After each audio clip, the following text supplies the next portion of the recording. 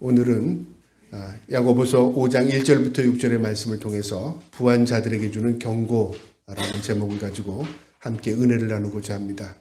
야고보는 초대교회 지도자였습니다. 예루살렘 교회 아주 교부로서 지도자로서요. 그 당시에 교회를 세우는 역할을 훌륭히 해내시고 그 다음에 초대교회 순교자로서 많은 사람들에게 큰 본이 되었던 인물입니다. 예수님의 동생이기도 하고요. 그 야고보가 예수님을 구주로 영접한 이후에 그가 예수님의 인격을 닮아가면서 예수님께서 무엇을 기뻐하시는가, 우리의 믿음이 무엇인가, 우리가 믿음으로 어떻게 표현되어야 하는가, 그것을 이 야고보를 통해서요, 그는 기록을 남겼습니다. 그러니까 믿음이라는 것은 머리에 맴도는 것이고, 믿음이라는 것은 그냥 믿습니다가 아니라 믿음은 우리의 삶이다. 그리고 우리의 삶을 통해서 믿음을 증거하는 것이다. 그래서 너는 나에게 믿음을 보이라.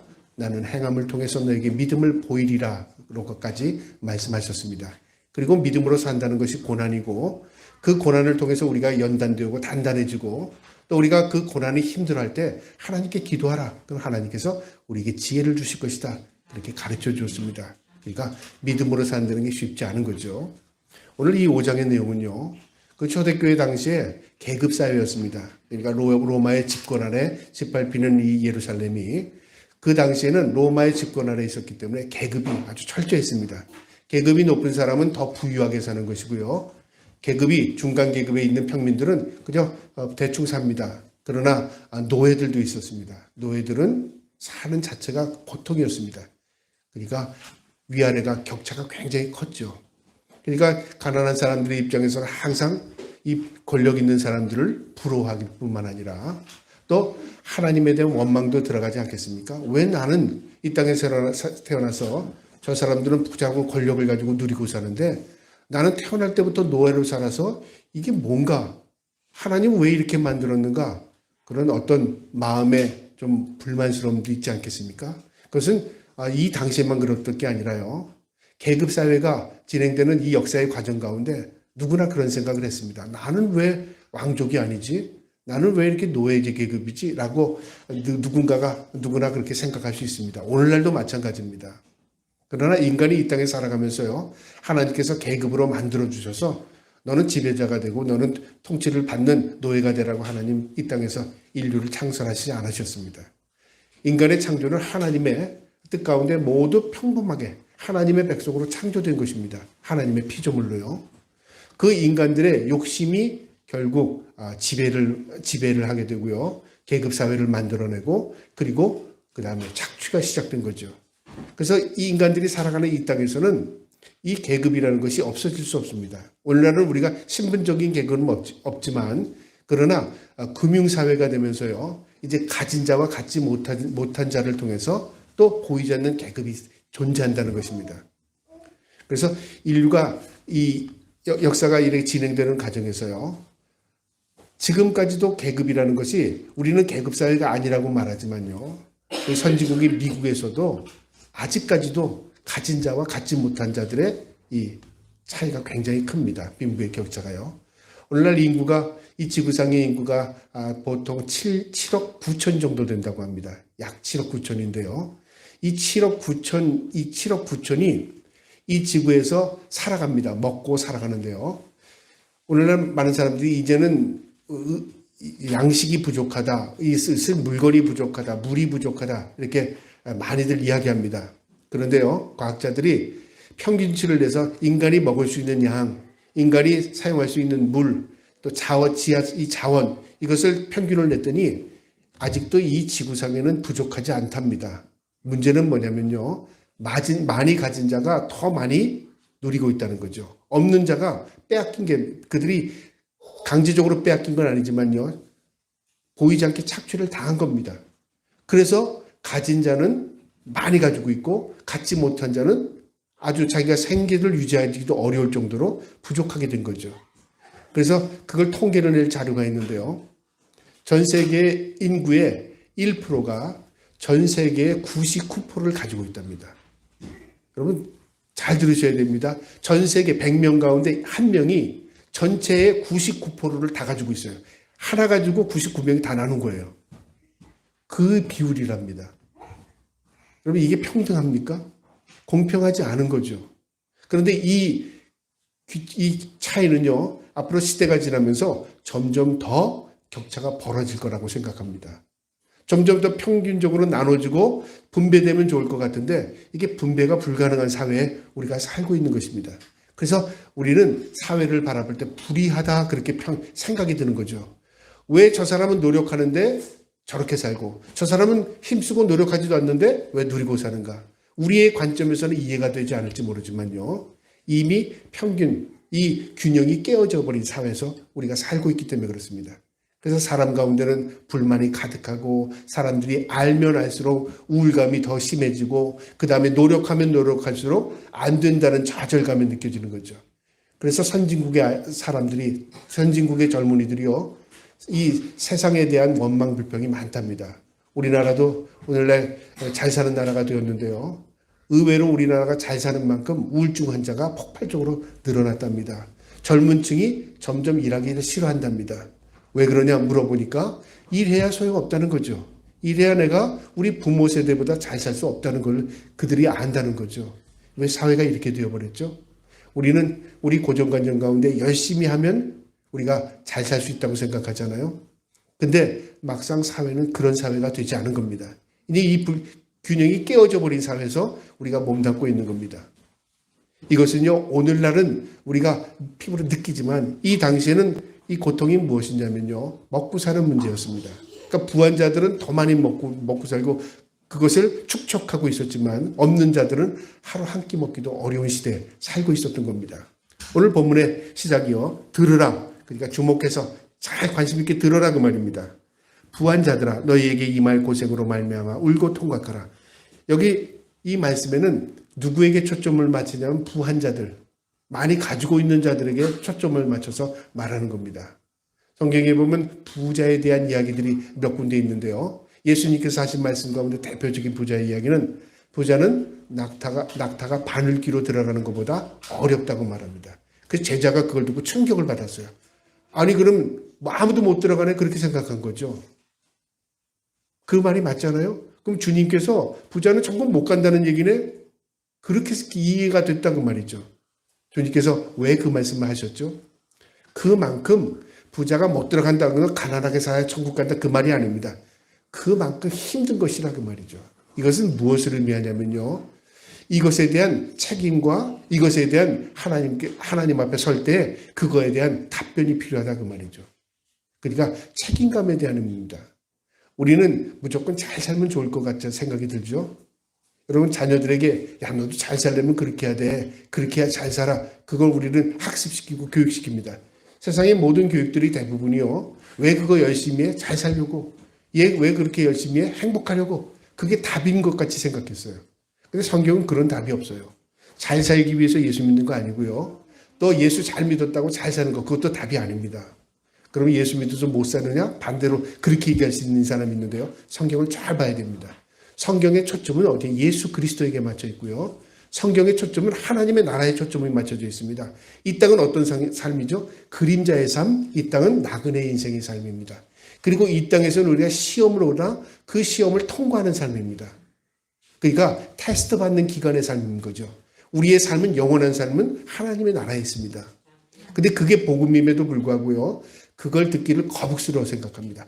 그건 가봐야 알지. 내가 이 땅에서 좀 그래도 형편 있고 누리고 사는 걸 원하지. 또 그렇게 살기를 원합니다. 또 어떤 부모도 자녀들에게 야, 너 천국만 가. 그럼 그게 성공이다. 그렇게 말하고 싶은 부모도 없을 겁니다. 그런데 우리가요, 목사에도 마찬가지로 이런 말씀을 전하는 말씀은요, 대형 교회나 큰 교회에서는 힘든 말씀입니다. 왜 힘들까요? 많은 사람들 가운데 다 그 사람들의 사정을 몰라요. 근데 목사가 이 말씀을 그냥 가감없이 전하다가 보면 시험 드는 사람도 생길 거고요. 또 목사 입장에서 이미 시험 들 줄 압니다.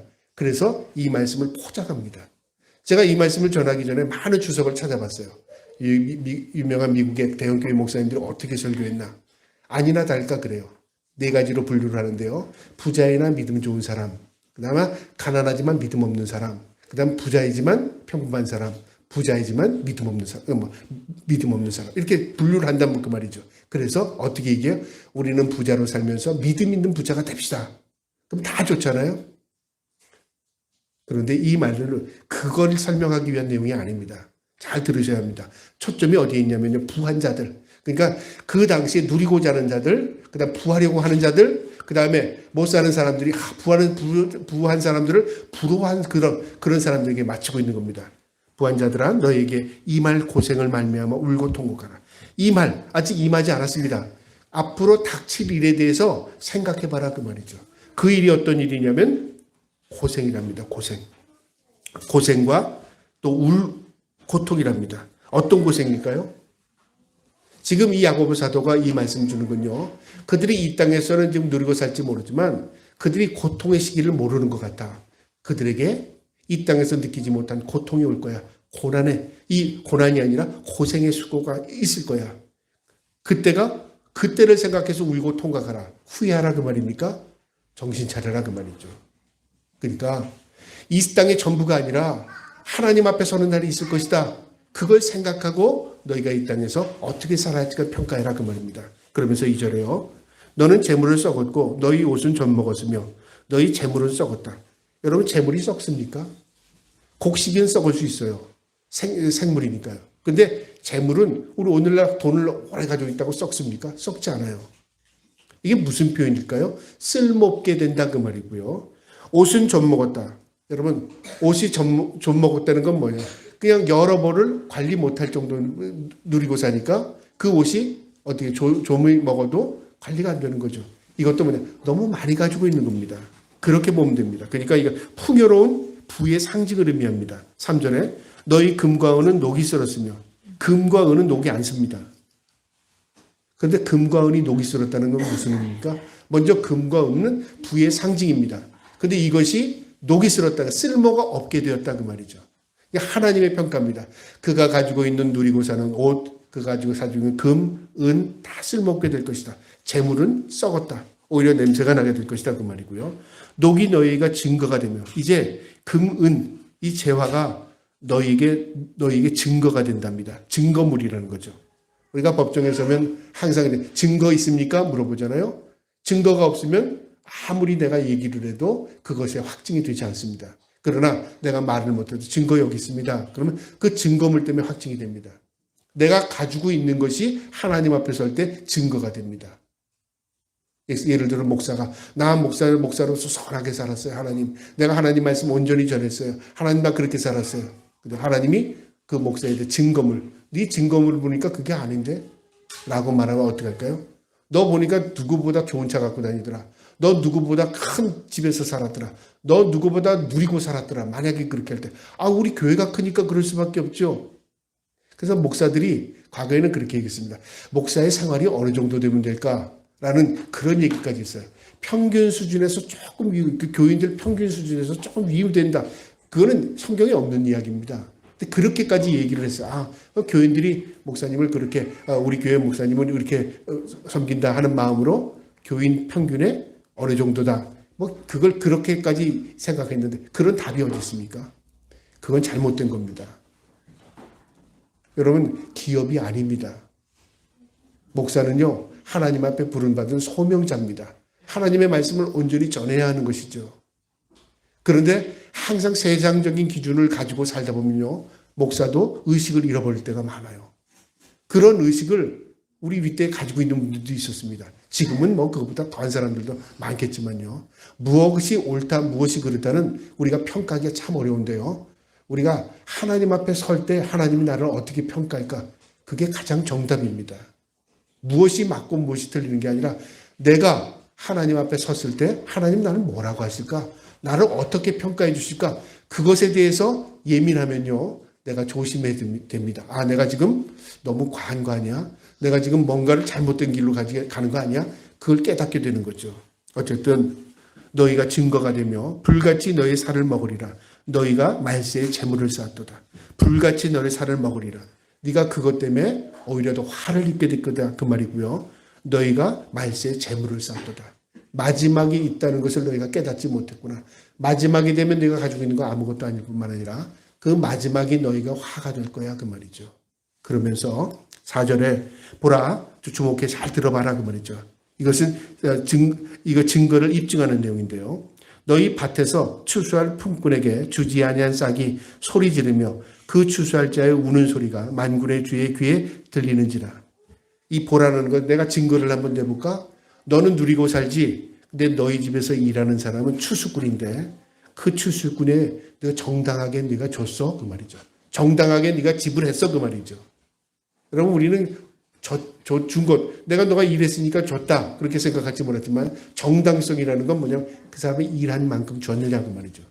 이게 왜 이런 말을 했을까? 그 다음에 또 말을 보면요 그렇습니다. 그 다음에 품꾼에게 주지 아니한 싹 소리를 지르며, 여러분 싹이 소리를 지를 수 있을까요? 그 싹이 그러니까 주지 않은 게 증거가 된다는 거죠. 그게 소리 지른답니다. 누가 들으시죠? 그 밑에 보니까 하나님이 들으신답니다. 증거가 되면 불같이 너희 살을 먹으리라. 5절에 밭에 추수하는 품꾼이 내게 주지 않은 싹이 소리 지르며 그 추수한 자의 소리 우는 소리가 만군의 주의 귀에 들렸느니라. 싹이 소리 지르고 있고 그 다음에 못 받은 사람이 울고 있어요. 하나님이 그 소리를 다 들은 거예요. 그럼 하나님이 듣고 그래 야 없던 걸로 할까 그럴까요? 아닙니다. 그래서 하나님은 위로의 하나님이라는 게 뭐냐면요. 그에게 하나님이 그 대가의 위로가 있어요.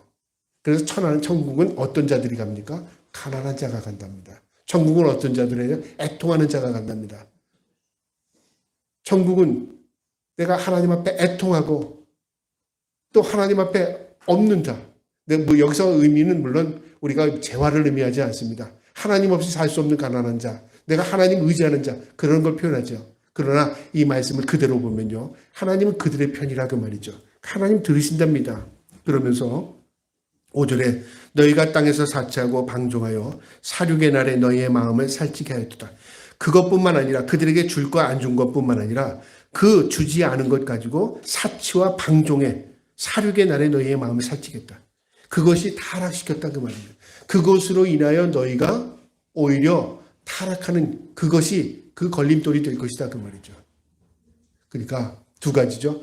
하나는 줄 것을 못 준 것, 하나님이 들으신 거고, 하나는 뭐냐면 그 가지고 있는 것이 썩은 것일 뿐만 아니라 그것으로 내가 사치와 방종, 타락하게 되었다 그 말이죠.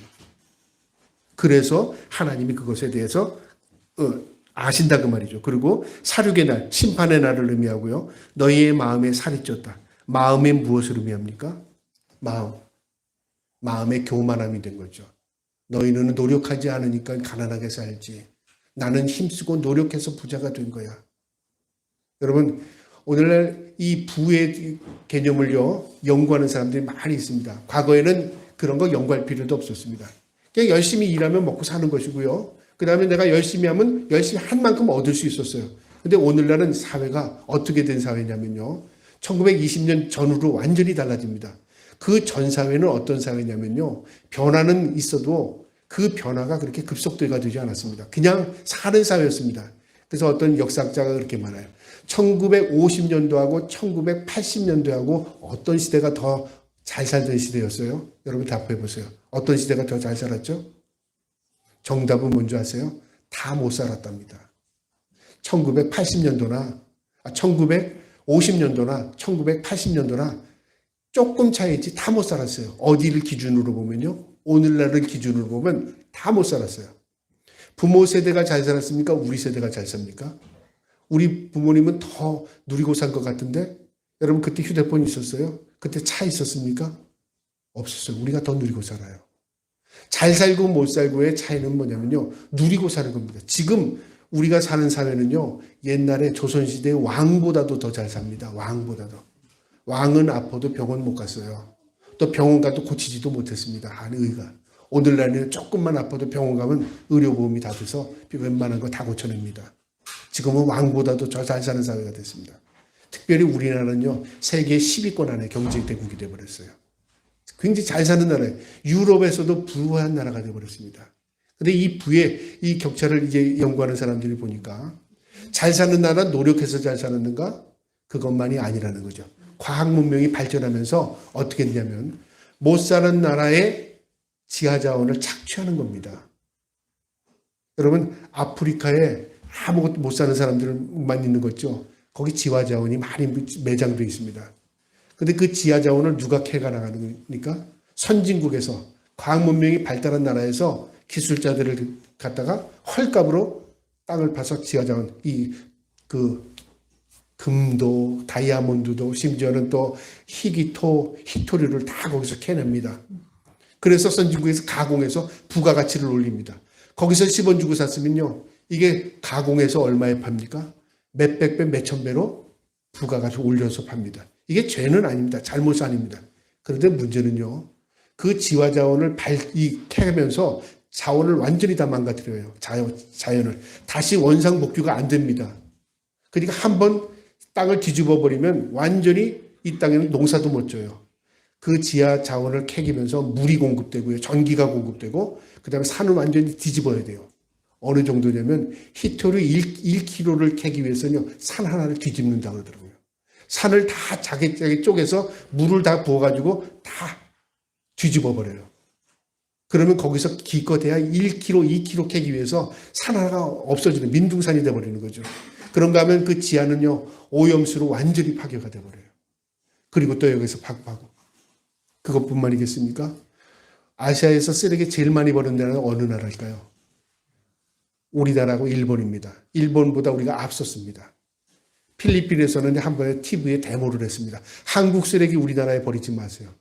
저게 무슨 얘기인가 봤더니 한국에서 쓰레기를 컨테이너에 실어가지고 다 필리핀에서 수출을 해요. 필리핀 사람들 돈 없으니까 그냥 받아가지고 그 컨테이너니까 냄새나는 쓰레기 다 받아다 거기서 이제 분류 작업하는 거예요. 플라스틱, 옷까지 다 분류해요. 안 받는다고 하니까 이제 언제가 인도로 가요. 그 다음에 어디로 가요? 말레이시아로 가요. 인도네시아로 가고. 이렇게 어려운 나라들로 쓰레기를 수출합니다. 참 부끄럽고 창피한 일이죠. 우리는 남의 땅에서 캐낸 것 가지고 만들어서 부가가치를 올리는 거 우린 잘 살아요. 그 다음에 그 나오는 쓰레기는 다 어디다 갖다 버려요? 다시 못 사는 나라에 갖다 버려요. 여러분 국가도 그렇다 그 말이죠. 그래서 가진 나라가 부강한 나라의 쓰레기가 다 어디로 가냐면 아프리카나 못 사는 나라에 가요. 그 다음에 그 자원들은 다 가져다가 가공해서 부가가치를 올려요. 그러니까 공기 맑다. 맑은 공기에서 살죠. 좋은 곳 누리고 살죠. 못 사는 나라는 그걸 다 태워서 소각시켜야 되니까 연기가 푸하니까 숨쉬기도 힘들어지는 거죠. 더 어렵게 산다 그 말이죠. 이건 개인의 문제도 이거 개인만이 그런 게 아니라 국가도 그런 시대에 살고 있어요. 근데 우리는 그것에 대해서 이제 어떻게 얘기해요? 자연을 해치지 말자. 누가 자연을 해쳤는데요? 그래서 그걸 또 통계낸 자료가 있습니다. 자연을 해친 나라, 우리나라 포함입니다. 우리나라 포함. 거기에 무려 한 7개국이 전 세계의 자원을 다 파괴해버린 거예요. 대표적인 나라가 중국이죠. 중국. 미국도 말할 나위 없고요. 미국도 과거에는 캘리포니아가 은광, 금광이 많던 나라였거든요. 금을 캐기 위해서 거기 사람들이 금을 캐기 위해서 캘리포니아에 많이 몰려들었잖아요. 그 금광들이 지금도 남아있는데 그 금광이 있는 그 근처에는 사람이 못 산답니다. 계속 거기서 물이 흐르기 때문에. 그래서 버려진 땅이 되는 거죠. 그러니까 미국에서는 이제 우리는 자원이 있으라도 여기 캐지 말자. 그래서 다른 나라에 가서 히토류를 캐요. 중국은 일단은 급하니까 어떻게 하죠? 사방에다 그걸 캔 거예요. 그래서 인공위성에서 지구를 내다보면 중국이 가장 많이 뒤집어져 있답니다. 땅들이. 아프리카 그렇고. 그 다음에 못 사는 나라들, 아시아 국가들 몇몇 나라에 땅들이 다 뒤집어져 있답니다. 그 나라에서 땅을 파서 두더지같이 일해서 버는 돈이 불과 몇천 원, 몇만 원을 벌기 위해서 그렇게 목숨을 걸고 굴로 들어가서 히토류를 파는데요. 그걸 걷어다가 무엇 만들까요? 컴퓨터 만들고 휴대폰 만들고 그 다음에 자동차 만들고 비행기 만들고 이런 거 쓰는 겁니다. 여러분 우리는 잘 살고 발전하니까 좋지만요. 우리가 모르는 가운데 이 세상은 나도 모르게 나도 자연 파괴자가 되고 있다는 겁니다. 그걸 의식하라 그 말이죠. 오늘 이 말씀에서 우리가 좀 더 확대하면 그 얘기입니다. 부하려고 하는 자, 부한 자들아. 그것이 너희만 부한다고 되는 게 아니라 그 말이죠. 내가 부하면 반대로 그것으로 인해서 점점 가난해지고 점점 고통스러운 사람이 얼마나 많은지 모른다 그 말이죠. 그래서 세상의 부를 1%가 가지고 있고 그 부에서 밑에서 사는 사람들이 1%를 가지고 90%로 나눠갔어요. 물론 거기에도 격차가 많겠죠. 쓰레기를 가장 많이 버리는 나라가 7개 나라인데 그 나라에서 전체 지구의 쓰레기의 거의 64%를 다 그 나라에서 다 버린답니다. 앞으로는 점점 그게 점점 커지겠죠. 그러니까 자연을 파괴하지 말자, 세상을 보존하자 하는 말들을 하는 나라들이 심지어는 그런 나라들에 다 속하는 겁니다. 그 이야기도 못하는 나라들은요, 쓰레기가 산더미처럼 받아가지고 그냥 허우적거리고 사는 겁니다. 여기 성경에 그 이야기가 있습니다. 6절에 볼까요? 너희는 악인을 정죄하고 죽었으나 그는 너희에게 대항하지 못하였느니라. 이건 대조적이죠. 의인을 정죄했다. 이 말은 뭐냐면 가진 자가 없는 자들을 더 짓밟은 거예요. 그들의 그들의 권력이 오히려 못 사는 사람들을 더 힘들게 만든 거죠. 그러나 못 사는 사람, 힘든 사람은 어떻게 했어요? 대항하지도 한마디도 못했어요. 여러분 세계 언론에서 아프리카에서 큰 소리 치는 거 봤습니까? 아시아의 힘없는 나라에서 큰 소리 치는 거 봤습니까? 힘소리 쳐도 듣지도 않습니다. 이게 세상이라고 말이죠. 세상이 볼 때 불의하다 우리 그렇게 느낄지 모르지만요. 하나님이 다 아신다 그 말입니다. 이것이 인간의 욕심으로 세상이 점점 파괴되는 사실 하나님 아시고 세상의 모든 질서를 하나님 아신다 그 말이죠. 하나님께서 너희에게 인간을 창조하시고 모든 거 누리고 살고 생육하고 번성하라 땅에 충만하라고 하나님께서 말씀해 줬지만 인간은 결국은 역사를 흐르면서 그렇게 살지 않은 게 인간의 본성입니다. 인간은요 점점 과학 문명이라는 걸 탈을 쓰고요 뒤에서는 점점 악한 일을 반복적으로 합니다.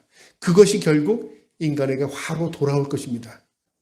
여러분 우리도 모르게 내가 잘 살면요 나도 모르게 다른 사람에게 어떤 많은 어려움을 주는 그런 시대에 우리가 살고 있습니다. 그래서 우리는 깨어 있어야 합니다. 오늘 본문이 우리에게 주는 교훈이 있는데요. 재물은 하나님께로부터 맡겨진 은사임을 알아야 합니다. 성경에 분명히 기록되어 있는데 달란트의 비유와 문화의 비유를 보면요. 하나님께서 각각 달란트를 종들에게 맡깁니다. 여러분 그러니까 달란트 5달란트 받은 자, 2달란트 받은 자, 1달란트 받은 자가 어떻게 했죠? 남겼다는 데 초점을 맞추죠. 근데 성경이 말하는 건 남겼다는 데 충성이 맞추는 게 아니라요. 충성했느냐에 맞춘 겁니다. 주인이 맡겼습니다. 그 열심히 일했습니다. 그래서 내가 5개 받았는데 10개로 남겼습니다. 주인이 뭐라고 평가했죠? 착하고 충성된 종아. 내가 작은 일에 충성했으니 내가 더 많은 것을 너에게 맡기겠다. 그거 언제 맡겨줘요? 저는 개인적으로 하늘나라에도 일이 있다고 봅니다. 분명히. 하나님께서 그때에 우리 충성된 자에게 맡기는 일이 있다고 저는 생각합니다. 여러분, 우리가 이 땅에서 살아가는 인생이 우리가 뭘 남기고 누리고 사는 인생이 아닙니다. 내가 충성하는 인생이 이 땅에서의 삶입니다. 그래서 하나님께서 우리에게 맡겼다고 말합니다. 누가복음 16장 10절에요. 지극히 작은 것에 충성하는 자는 큰 것에도 충성하고 지극히 작은 것에 불의한 자는 큰 것에도 불의하리라. 충성된 자, 하나님께서 그를 통해서 하나님께서 영광을 받으신다 그 말이죠. 그래서 불의한 자에 대해서 이야기하는 내용 가운데 이 얘기를 한 겁니다. 또 11절에요. 그 말씀에 이어서 너희가 만일 불의한 재물에 충성하지 않으면 누가 참된 것으로 너희에게 맡기겠느냐. 두 주인을 섬길 수 없나니 하나님과 재물을 겸하여 섬길 수 없느니라 그렇게 말합니다. 여러분 우리의 마음에 새기시기를 바랍니다. 우리가 이 땅에서 어떻게 사는 것 그게 더 중요한 게 아닙니다. 난 많이 누리고 살았어요. 하나님 난 편하게 살았어요. 나 행복하게 살았어요. 하나님 그걸 바라는 게 아니라요. 내가 얼마나 충성했느냐 그 말이죠. 하나님 난 큰 교회 목사였어요. 난 많은 거 유명했어요. 하나님 나 이렇게 살았어요. 하나님 그걸 나에게 물지 않는다고 봅니다. 너 충성했느냐 그거 물을 거예요. 충성하기가 어려운 것은요. 별 볼 일 없는 것에 충성하기가 굉장히 어렵습니다. 누구나 하고 싶은 것에 충성하기는 쉽습니다. 조금 쉬워요. 왜요? 사람들이 알아주니까. 여러분 우리 마음 가운데 항상 나의 삶의 모든 것은 하나님께 맡겨주신 것이다. 거기에 충성하시기 바랍니다. 그중에 가장 중요한 건 뭘까요? 자녀들 맡긴 겁니다. 우리 임 집사님 그 자녀들 하나님께서 맡긴 겁니다. 충성스럽게 우리 자녀들 잘 양육하시기 바랍니다. 우리 부모님들 자녀들 위해서 기도 많이 하시기 바랍니다. 그것이 충성된 부모의 역할입니다. 그 다음에요, 오늘 이 본문이 주는 교훈은 자신이 재물이 자신의 믿음을 확증하는 증거물이 되는 것입니다. 내가 얼마나 가지고 있는 게 중요한 게 아니라 내가 그것이 증거물이 되고 신앙 고백이 된답니다. 하나님, 나 이것으로 이렇게 남겼습니다. 나 충성했습니다. 너 보니까 그거 충성했네. 그걸 하나님 보신다 그 말이죠. 마태복음 6장 19절부터 20절에요. 너희를 위하여 보물을 땅에 쌓아두지 말라. 거기는 좀과 동록이 해하며 도둑이 구멍을 뚫고 도둑질하느니라. 오직 너희를 위하여 보물을 하늘에 쌓아두라. 거기는 좀이나 동록이 해하지 못하며 도적이 구멍을 뚫지도 못하느니라. 도둑질도 못하느니라. 저는 이 말씀을 보면서 착각할까 두렵습니다. 사람들이 너희는 하늘에 쌓아두라 그러니까 교회 헌금만이 해라. 아니 하나님이 기뻐하는 곳에 돈 많이 써라. 보통 그렇게 얘기를 하거든요. 저는 목사로서 그거에 대해 거북스러워요. 이건 뭘 의미하는 거죠? 사람들의 마음을 감정적으로 동요시켜서 교회 헌금만이 하게 하는 겁니다. 그럼 하나님 앞에 내가 옳은 말씀을 전했다고 할 수 있을까요? 이 말씀을 좀 더 봐야 됩니다. 깊이. 뭐냐면 이 땅에서 내가 아무리 쌓아둬야 좀과 동록 쓸데없게 될 거야 그 말입니다. 분명하죠? 좀과 동록은 뭐예요? 내가 쌓아뒀지만 그 소용없게 될 것이다. 그거의 핵심이고요. 그 다음에 하늘에 쌓아두라. 이게 무슨 말일까요? 하늘에 쌓아두는 건 교회 갖다 주면 교회에서 하늘에 쌓아둘까요? 여러분이 헌금한 게 지금 어디 다 쌓여 있습니까? 아닙니다. 근데 왜 그렇게 얘기를 늘 하죠? 그렇게 해야 교회가 커지니까. 근데 이 말은 그 말이 아닙니다.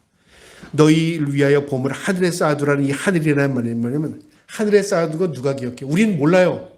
하나님은 기억하십니다. 하나님의 기억이 안에 있다는 거죠. 내가 어떻게 사용했느냐, 내가 어떻게 살았느냐는 하나님이 기억한다 그 말이죠. 여러분, 내가 하나님의 기억하는 그 하나님의 마음을 공유할 때 하나님이 기억하는 겁니다. 그래서 천국에 가면 그런 게 있대요. 내가 이렇게 했다. 성경에 그 이야기도 나오죠. 난 막 그렇게 안 했는데요. 그때 하나님, 너 이렇게 했잖아. 하나님께서 그의 죄와 잘못을 지적해 주세요. 선한 자에게는 하나님 나 그렇게 살지 않았습니다. 근데 하나님께서 선한 걸 다 기억하셔요. 너 이거 내가 너 기억한다. 여러분 놀라운 겁니다. 우리가 하나님을 기억하게 하기 위해서 무엇을 하는 게 아니라요. 내가 선한 삶을 살면 하나님이 그 선한 것을 다 기억해내십니다. 그리고 하나님께서 하나님의 앞에 서는 날 우리가 칭찬받은 것, 자녀가 되는 거죠. 여러분, 우리가 가지고 있는 모든 것, 내가 살아가는 모든 것이 신앙 고백입니다. 우리가 하나님 앞에 신앙 고백하는 마음으로 살아갈 수 있기를 주님의 이름으로 축복합니다. 그 다음에 오늘 주는 교훈은요. 재물을 어떻게 벌었는가도 매우 중요합니다. 4절에 보니까 보라 너희 밭에 추수한 품꾼을 주지 않았다. 그 싹이 소리 지른다. 그 말 있죠. 이건 무엇을 의미하냐면 하나님 나 많이 벌어서 하나님 앞에 영광 교회도 지었고요. 하나님 나 많이 열심히 벌어서 뭐 했습니다. 우리나라 속담에 아주 잘못된 게 개같이 벌어서 정승같이 쓴다는 말이 있잖아요. 개같이 벌어서는 정승같이 못 씁니다. 정승같이 벌어야 정승같이 씁니다. 이 말은 무슨 의미하냐면 올바르게 버는 게 중요하다 그 말이죠. 정직하게, 바르게, 깨끗하게. 이것이 진정으로 가치 있는 것이라 그 말이죠. 우리 사람들이 이것을 사회에서 가르쳐 주지 않습니다. 야, 깨끗하게 벌어, 정직하게 벌어. 우리 학교 다닐 때 그런 말이 있었죠. 그래도 선생님들이. 요즘에 선생님들이 그런 일 할까요? 야, 너 돈 많이 벌려고 하지 마. 깨끗하게 벌어야 돼. 정직하게 벌어야 돼. 바르게 벌어야 돼. 그렇게 말하지 않을 겁니다. 오늘날 젊은이들이요. 얼마나 사회가 어려운지 도서관에서 제가 있어서 보니까 도서관에 젊은이들이 20세, 30세들이 빌려가는 책은 거의 가요. 증권에 대한 거예요. 투자에 대한 거예요. 어떻게 하면 돈에 대한 부를 늘리는 방법들을 배워요. 계속 책 빌려가면서 그것만 연구해요. 제가 가만 보면은 제 머릿속에 뭐가 있는가 그런 생각이 들어요. 그 책을 빌려가는 사람들을 불려보면 이 사람이 어떤 사람인가 알게 돼요. 그래서 심지어는 물어요. 물어보면 정확하게 맞아요. 저 사람이 무엇에 대해서 지금 심취해 있는가. 여러분 오늘날 젊은이들이 벌고는 싶은 겁니다. 부자는 되고 싶은 겁니다. 또 많이 누리고 살고 싶은 겁니다. 그래서 정직에 대해서 바르게 대한 것 그거는 의식이 없어요. 근데 하나님 무엇에 관심을 갖고 계시죠? 어떻게 벌었는가 그거에 대한 관심을 가지고 계셔요. 우리가 하나님 앞에 바르게 걸을 수 있는 저와 여러분 되기를 주님의 이름으로 축복합니다. 그 다음에요. 4네 번째로 축적된 재물이 심판의 날에 자신의 죄를 증거하는 증거물이 된답니다. 여기 5절에 보니까 너희가 땅에서 사치하고 방종하여 사륙의 날에 너의 마음에 살쪘도다. 이 말이 죄의 증거가 된다는 겁니다. 하나님 앞에 서는 날. 우리가 그 재물로 하나님의 영광을 위해서 사용할 수도 있고 그 재물로 내가 나의 만족에 의해서 결국 타락하는 경우도 있다 그 말이죠. 그래서 재벌들 2세 3세 가운데요. 의외로 이 마약하는 아이들도 많고 심지어 타락하는 아이들이 의외로 많습니다. 그래서 잠언 11장 4절에요. 재물은 진노하는 날에 무익하나 의리는 죽음을 멀게 하느니라. 그래서 더 중요한 게 뭐라고요? 의리가 중요하답니다. 사람과의 관계, 하나님과 우리의 관계, 그것이 무엇보다도 더 중요하다 그 말이죠. 여러분 오늘 이 말씀을 우리의 마음에 새기고요. 우리가 이 땅에서 살아갈 때 자녀들에게 야 그렇게 잘 벌어 열심히 살아서 부자 돼 그것보다도 너 올바르게 살아라. 하나님 앞에 정직하게 살아라. 그리고 하나님이 기뻐하는 삶을 살아라. 그거 가르칠 수 있는 부모님들 다 될 수 있기를 주님의 이름으로 축복합니다. 아멘.